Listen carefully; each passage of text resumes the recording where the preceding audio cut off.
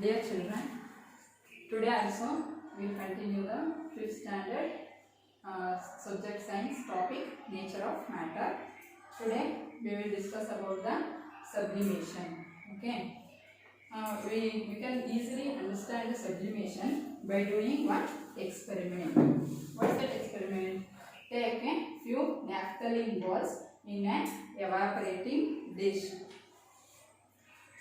Okay, take a few naphthalene balls in an evaporating dish, close it with a glass funnel as shown in the picture. Okay, close it with a glass funnel as shown in the picture. Take some cotton and close the other end of the funnel. Are you seeing, children? This is the cotton cap. Heat the dish slowly. Naphthalene converts into the milky vapor. When we heat the dish, the naphthalene balls converted into milky vapor and will be collected in the inner side of the funnel. The milky vapor is converted in the inside the funnel because we close the cap. Okay. Stop heating and observe. When the naphthalene balls, it will convert into milky vapor. Then you put off the flame. What happens? What happens? Milky vapor converted into naphthalene crystals. Here you see some crystals. When we put off the fire, it will milky vapor cooling. When milky vapor cools, it collected walls in the inside the funnel. Are you seeing? These are the naphthalene crystals collected inside the wall. This is clear, children? Now, here first we take the naphthalene balls. Naphthalene balls are in which state? First, solid state. When we heat this, it will convert it into vapor in gaseous state. Next, it will cool in. When we cool the vapor, it will again convert it into crystals. That is in solid state. Do you understand? Now, what is the sublimation? Sublimation is some solids on heating directly converted into their vapor state and vice versa without passing through the liquid state, and this is called sublimation. What we have done in this experiment, that is sublimation. What is sublimation? Some solids on heating directly convert into their vapor state and vice versa without passing through the liquid state, and this is called the sublimation. Give some examples for sublimation. For example, camphor, and next one is iodine. Camphor and the iodine are the examples for sublimation. Okay, and give examples for the following condition. First one is, in this condition, solid. When we heat the solid, it will turns to liquid. It will changes to liquid, and then when we cool the liquid, again it will changes to solid. What's the examples? For example, ice. When we heat the ice, it will turns to liquid. When we cool the water, it will turns to solid state again. Okay. Next one is candle. Candle also example for this condition. You see in your textbook, light a wax candle. One activity is there. Light a wax candle and observe what happens to the wax after some time. Now put off the candle and observe what happens to the melted wax, and right here. Light a wax candle. When we light the candle, it will melt. Okay. Next, when we put off the candle, it will turns again to solid state. That is wax. And observe what happens to the melted wax, and right here.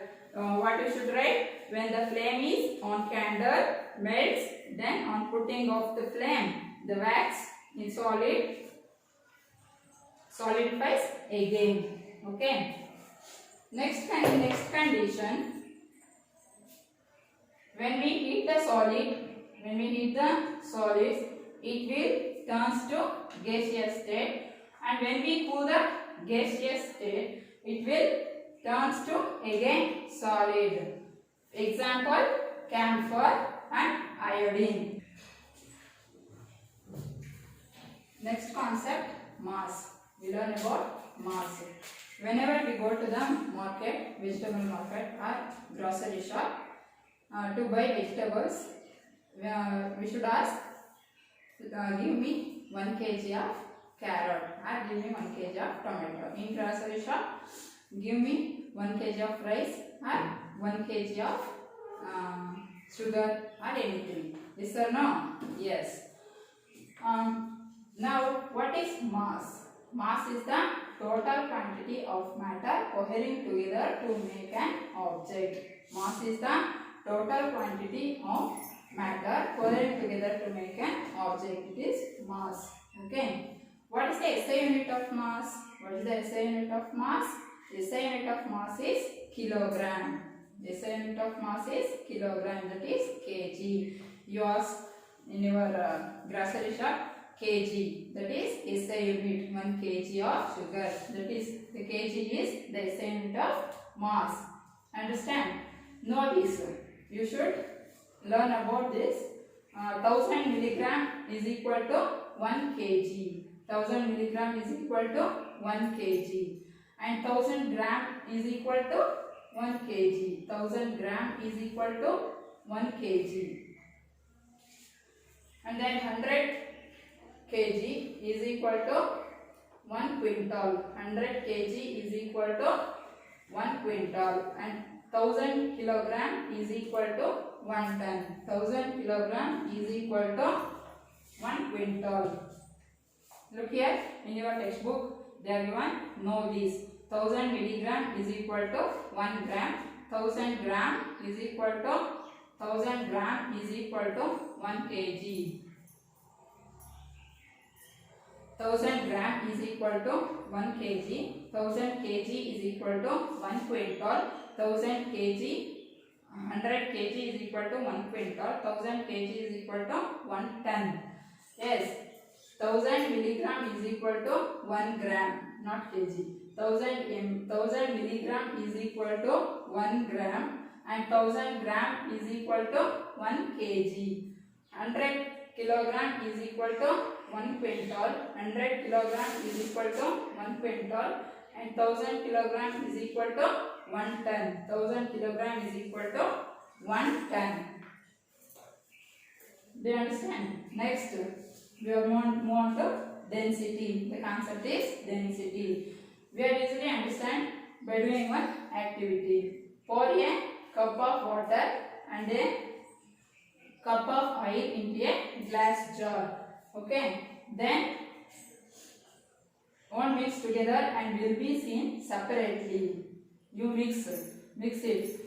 Then we are seen separately. Oil is in the upper side. Water is below the oil. Water is collected below the oil. Why it happens? Because oil molecules and water molecules do not have any affinity towards each other.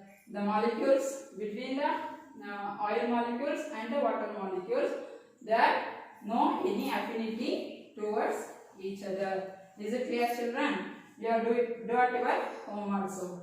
Okay. Now, what is density? Density is the amount of mass contained in unit volume. Density is the amount of mass contained in a unit volume.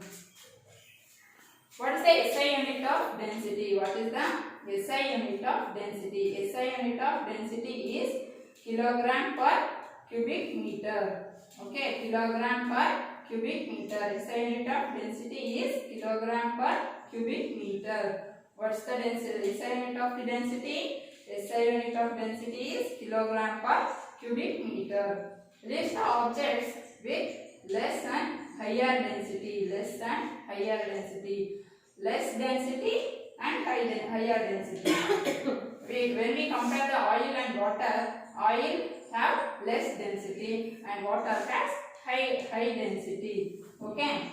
Next, when we compare the cotton and the iron, cotton is less density and the iron have higher density. Okay. Next, when we compare the feather and the bones, feather is less density and the bones has higher density. Okay. When we take cotton in the one hand and the iron in the other hand, we feel which one is the more density? Iron. We feel iron is more weight. We can't lift the iron also. It is too heavy. But the cotton we lift easily. Yes. Do you understand, children? Clear. Okay, children. Continue in the next class. Thank you.